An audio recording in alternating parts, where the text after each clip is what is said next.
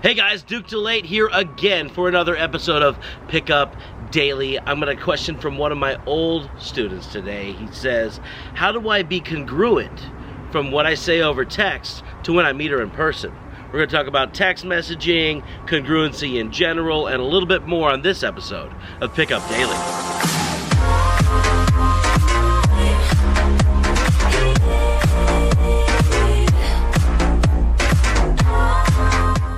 How do I be congruent from text message to the meetup? That is a very important question, and I'm glad you fucking asked. Here's the deal, man. Congruency is a weird thing when it comes to time bridging between meetups. It's really easy to be congruent with who you are in front of a woman, right? You just basically be really honest with what your feelings are, figure out whatever you're thinking inside, you're going to speak it out, and of course you're going to modify your normal language patterns so that they're a little bit more effective, but you do it in post, right? You do it in post-analysis. In real time, you just sort of speak how you speak, and you just get a little bit better and better at communication and a little bit better at calibration every time you do it and you do the post-analysis, right? We talked about that before. But when you're talking about going on over text and then going on in person, there's going to be two different contexts that are happening, and you may be a different person from one time to the next. Like if you're texting and you're really tired and you're just talking like blase, and then when you meet up in person you're super high and energetic, you're going to have a very dissonant communication. The way that I deal with this is I only send text messages to arrange the meetup.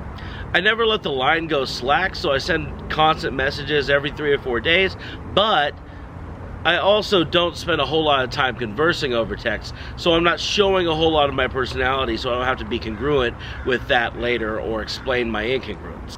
If you don't show too much of your personality over text, you don't have to be congruent with it later in person.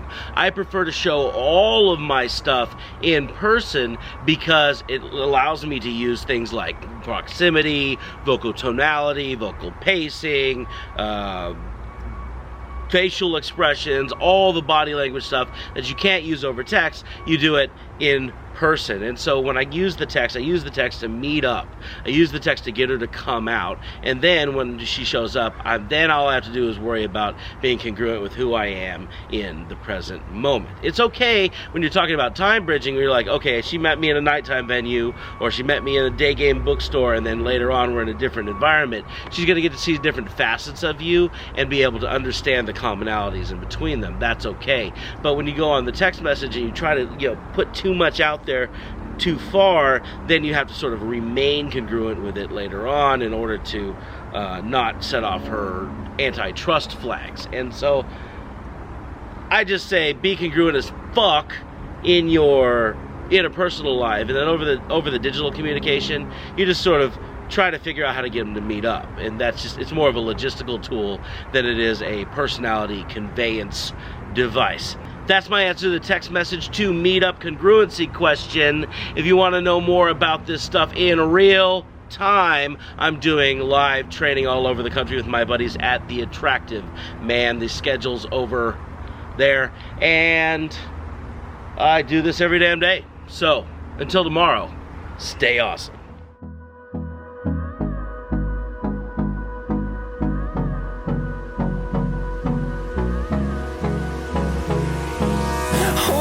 Close till I get up. Time is barely on our side.